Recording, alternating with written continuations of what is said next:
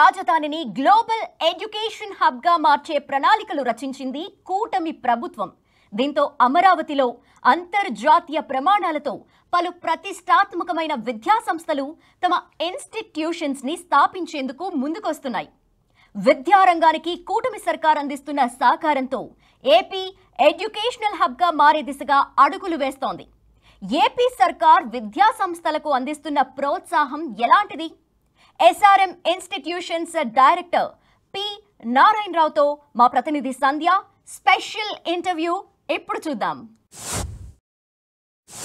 నమస్తే, welcome to shining AP.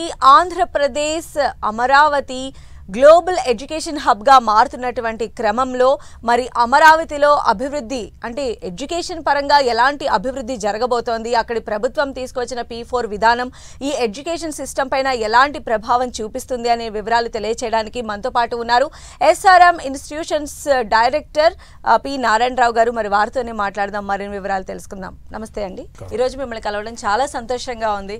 So first of all, అమరావతిని ఒక ఎడ్యుకేషనల్ హబ్గా అంటే గ్లోబల్ ఎడ్యుకేషనల్ హబ్గా మార్చాలని ఏపీ సీఎం చంద్రబాబు నాయుడు గారు సంకల్పించారు. దానికి మీ ఆలోచనలు కూడా తోడయి అటువైపు అభివృద్ధి బాటలో అడుగులు వేస్తూ ఉన్నారు. అసలు ఇది ఎలా సాధ్యమైంది? అమరావతికి సంబంధించిన వివరాలు తెలియచేయండి. రాష్ట్ర విభజన తర్వాత ఆంధ్రప్రదేశ్కి ప్రఖ్యాత విద్యాలయాల అవసరం ఎంతైనా ఉందని ముఖ్యమంత్రి చంద్రబాబు నాయుడు గారు గమనించారు.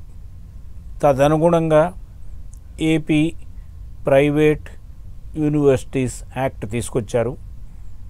దానికి తోడుగా ప్రఖ్యాత విశ్వవిద్యాలయాలు అయిన ఎస్ఆర్ఎం, విఐటి, అమృత యూనివర్సిటీలని ఆహ్వానించి అన్ని వసతులు కల్పించి తగిన ల్యాండు సౌకర్యాలు ఏర్పరిచి ఈ విశ్వవిద్యాలయాలు ఏర్పాటయ్యేట్లు 2017లోనే అప్పటి ముఖ్యమంత్రి చంద్రబాబు నాయుడు గారు వీటికి జీవం పోశారు. నేను ఒకటి చెప్పదలుచుకుంటున్నాను. రాష్ట్ర ముఖ్యమంత్రులు రాష్ట్రాభివృద్ధి గురించి రోడ్లు, భవనాలు, హాస్పిటల్సు ఇవి ఎక్కువగా మాట్లాడుతుంటారు. కానీ ఆంధ్రప్రదేశ్ ముఖ్యమంత్రి చంద్రబాబు నాయుడు గారు ఆ డెవలప్మెంటే కాకుండా ఆంధ్రప్రదేశ్ని ఒక ఎడ్యుకేషనల్ హబ్గా తయారు చేయాలనే దృఢ సంకల్పంతో ఈ విశ్వవిద్యాలయాల్ని ఆహ్వానించారు. మేము కూడా ఆ అవకాశాన్ని అందిపుచ్చుకొని యూనివర్సిటీ స్టార్ట్ చేసాం. ఎస్ఆర్ఎం యూనివర్సిటీ 2017 జూలైలో అమరావతిలో ఫంక్షనింగ్ స్టార్ట్ చేసాం. ప్రొఫెసర్లని ప్రపంచవ్యాప్తంగా మేము పర్యటించి చాలా నిష్ణాతులైన వారిని పిలుచుకొచ్చాం. Those who have obtained their PhD degrees from reputed institutions from India and abroad. అంతేకాకుండా ప్యాషనేట్, కమిటెడ్ స్టూడెంట్స్ని మా యూనివర్సిటీకి చేరేట్టుగా ఎంట్రన్స్ ఎగ్జామ్ నిర్వహించి మరియు స్కాలర్షిప్లు ఇచ్చి తీసుకొచ్చాం. ఈ రోజున ఎస్ఆర్ఎం యూనివర్సిటీలో 12,000 మంది విద్యార్థులు ఉన్నారు. ఇప్పుడు రీసెంట్గా కొన్ని నెలల క్రితం బిట్స్ పిలాని అక్కడ క్యాంపస్ స్టార్ట్ చేయడానికి ముందుకొచ్చారు. రాష్ట్ర ప్రభుత్వం వారికి స్థలం కేటాయించింది. అట్లాగే మేనేజ్మెంట్ ఇన్స్టిట్యూట్ XLRI మేము ఈ నెల 2వ తేదీ అంటే జూన్ 2వ తేదీన ముఖ్యమంత్రి గారితో మీటింగ్ జరిగింది. వారు ఏం చెప్పారంటే ఇంకా పలు విశ్వవిద్యాలయాలను పిలుచుకొస్తాము, 2 లక్షల మంది స్టూడెంట్స్ అమరావతిలో చదువుకునేట్లు ఏర్పాటు చేస్తాము అన్నారు. గ్లోబల్ ఎడ్యుకేషన్ హబ్గా మార్చాలనే సంకల్పం ఒక ఎత్తు అయితే, దాని ఆచరణ దిశగా తీసుకువెళ్తున్నటువంటి ప్రభుత్వ విధానాలపైన మీ స్పందన ఏంటి?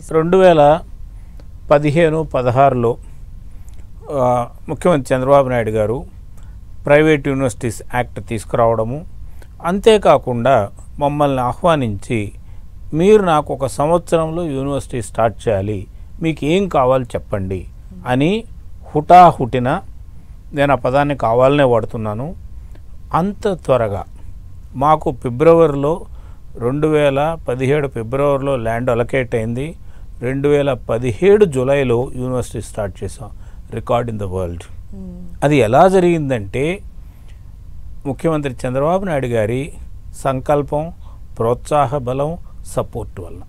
ఇప్పుడు మొత్తం కూడా సాంకేతికత వైపు వెళ్ళిపోతున్నారు స్టూడెంట్స్. ఇప్పుడంతా ఏఐ అని టెక్నాలజీ వైపు పరుగులు తీస్తూ ఉన్నటువంటి ఈ క్రమంలో విద్యా సంస్థలో రావాల్సినటువంటి సమూల మార్పులు అంటే ఏం చెప్తారు సార్ మీరు? మీరు చెప్పినట్లు సాంకేతిక విద్య వైపు విద్యార్థులు, వారి తల్లిదండ్రులు, బంధువులు పరిగెడుతున్నారు. కారణం ఏమంటే త్వరగా ఉద్యోగం వస్తుంది, జీవితంలో సెటిల్ అవ్వచ్చు అని. అట్ ది సేమ్ టైం కొంతమంది ప్యాషనేట్ ఉంటారు. I want to study history, I want to study literature. అయితే చాలా తక్కువ మంది. మేము వాళ్ళందరికీ అవకాశం కల్పిస్తున్నాం. అందుకే we have started liberal arts, sciences and humanities. ఇప్పుడు బీటెక్లో కూడా ఎక్కువ మంది కంప్యూటర్ సైన్స్ వైపే పరిగెడతారు. ఇట్స్ ఆల్ రైట్, ఎందుకంటే అవకాశాలు అక్కడ ఎక్కువ ఉన్నాయి కాబట్టి. కానీ ఇప్పుడు దేశంలో మిగతా రంగాల్లో కూడా అవకాశాలు వస్తున్నాయి. ఉదాహరణకు national semiconductor mission, national hydrogen mission, national quantum mission, deep ocean mission. So వీటి వలన మిగతా బ్రాంచెస్ కూడా విద్యార్థులు ఆకర్షితులవుతున్నారు. ఇంతకుముందు ఓన్లీ సిఎస్సికే వెళ్ళేవాళ్ళు ఎక్కువ మంది. ఇప్పుడు ఎలక్ట్రానిక్స్ అండ్ కమ్యూనికేషన్ ఇంజనీరింగ్ కూడా ఆసక్తి చూపుతున్నారు. అలానే ఇతర యూనివర్సిటీస్ కూడా ఇక్కడికి రావాలి, వాళ్ళ సేవలు ఇక్కడ స్టూడెంట్స్కి కూడా అందించాలనేటువంటి సంకల్పానికి గవర్నమెంట్ ఎలాంటి సపోర్ట్ చేస్తుంది? ముఖ్యమంత్రి చంద్రబాబు నాయుడు గారు 2016-17లో ఎస్ఆర్ఎం యూనివర్సిటీ, బిఐటి, అమృతాన్ని ఆహ్వానించారు. చాలా చాలా ఫాస్ట్గా మాకు ల్యాండ్ అలొకేట్ చేయించారు విత్ హెవీ సబ్సిడీ. ఊహించినటువంటి సబ్సిడీ ఇచ్చి ల్యాండ్ ఇచ్చారు. అంతేకాకుండా పవర్, వాటర్ అడిగిన తక్షణమే ఇవ్వాలి అని సంబంధిత మంత్రులను, అధికారులను ఆదేశించారు. అందువలన నేను చెప్పినట్టు 5 నెలల్లో మేము యూనివర్సిటీ స్టార్ట్ చేయగలిగాం. ఇప్పుడు కూడా అదే పందాలో ఉన్నారు, అంతకంటే స్పీడ్గా ఉన్నారు. మీరు చదువుకున్నప్పుడు కానీ లేదా మీరు ఈ స్థాయికి చేరుకున్నప్పుడు మీరు విద్యారంగంలో చూసినటువంటి మార్పులు ఏమైనా ఎక్స్ప్లెయిన్ చేయగలుగుతారా మాకు? అండ్ అమరావతిలో ఎడ్యుకేషన్ హబ్ ఇప్పుడు డెవలప్ అవుతున్నటువంటి ఈ టైంలో అక్కడికి అంటే వచ్చేటువంటి యువత కానీ అక్కడ విద్యను అభ్యసించేటువంటి యువతకు కానీ భవిష్యత్ అనేది ఎలా ఉంటుంది sir? Okay, as it is ఆంధ్రప్రదేశ్లో ఎక్కువ ఇండస్ట్రీస్ లేవు, వాటిని తీసుకురావడానికి ప్రయత్నిస్తున్నారు. ఇప్పుడు యూనివర్సిటీలో చేరిన స్టూడెంటు 4 సంవత్సరాల తర్వాత బయట వస్తారు. అప్పటికి నా ఉద్దేశంలో చాలా పరిశ్రమలు ఆంధ్రప్రదేశ్లో స్థాపింపబడతాయి, వాళ్ళందరికీ అవకాశాలు వస్తాయి. అఫ్కోర్స్ అమరావతిలో చదువుకున్న వాళ్ళు వివిధ ప్రాంతాలకు వెళ్ళి వాళ్ళ అవకాశాలని అందిపుచ్చుకుంటారు. కేంద్రం సపోర్టుతో ఉన్నటువంటి అమరావతి అంటే వారంతా ఎన్డీఏ కూటమి. సో ఇక్కడ ఇలాంటి అంటే AP CM Chandrababu Naidu education పరంగా తీసుకున్నటువంటి దానికి కేంద్రం నుంచి కూడా ఎలాంటి సపోర్ట్ వస్తుంది అనుకుంటున్నారు? ఇంకా ఎలాంటి సపోర్ట్ వచ్చినట్లయితే ఆంధ్రప్రదేశ్ ఎడ్యుకేషన్ గ్లోబల్ ఎడ్యుకేషన్ హబ్గా మారే అవకాశం ఉంటుంది? ఓకే, మంచి పాయింట్ రేస్ చేశారు. అదృష్టవశాత్తు చంద్రబాబు నాయుడు గారికి, ఆంధ్రప్రదేశ్కి ప్రస్తుత కేంద్ర ప్రభుత్వంతో సత్సంబంధాలు ఉన్నాయి. ఆ సత్సంబంధాల వలన పలు రంగాల్లో అభివృద్ధికి అవకాశాలు ఉన్నాయి. ముఖ్యమంత్రి చంద్రబాబు నాయుడు గారు 2 వారాల క్రితం ఢిల్లీకి వెళ్ళినప్పుడు ఆయన science and technology minister Jitender సింగ్తో కలిశారు. 3-4 పాయింట్స్ రేస్ చేశారు. ఒకటేమంటే శ్రీహరికోట దగ్గర స్పేస్ పార్క్ డెవలప్ చేయాలి, దానికి కేంద్ర ప్రభుత్వం అంగీకరించింది. క్వాంటమ్ వ్యాలీ అమరావతిలో కేంద్ర ప్రభుత్వం అంగీకరించింది. అంతేకాకుండా సైన్స్ అండ్ టెక్నాలజీ మినిస్ట్రీ నుంచి అధిక వనరులు రాష్ట్రానికి ముఖ్యంగా అమరావతికి సేకరించాలని ముఖ్యమంత్రి చంద్రబాబు నాయుడు గారు కోరడం జరిగింది. అవి కూడా వారు ఒప్పుకున్నారు. ఆ విధంగా ముఖ్యమంత్రి చంద్రబాబు నాయుడు గారు తనకు కేంద్రంతో నరేంద్ర మోదీ గారితో ఉన్న సత్సంబంధాల వలన రాష్ట్రాభివృద్ధికి అమరావతి ముందుకెళ్ళటానికి ఎనలేని అవకాశాలని తీసుకొస్తున్నారు.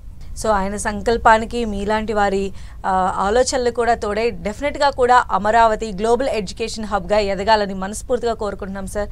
Thank you so much sir, me time మాకు. ఓకే అమ్మా, thank you so much. Thank you, నమస్కారం.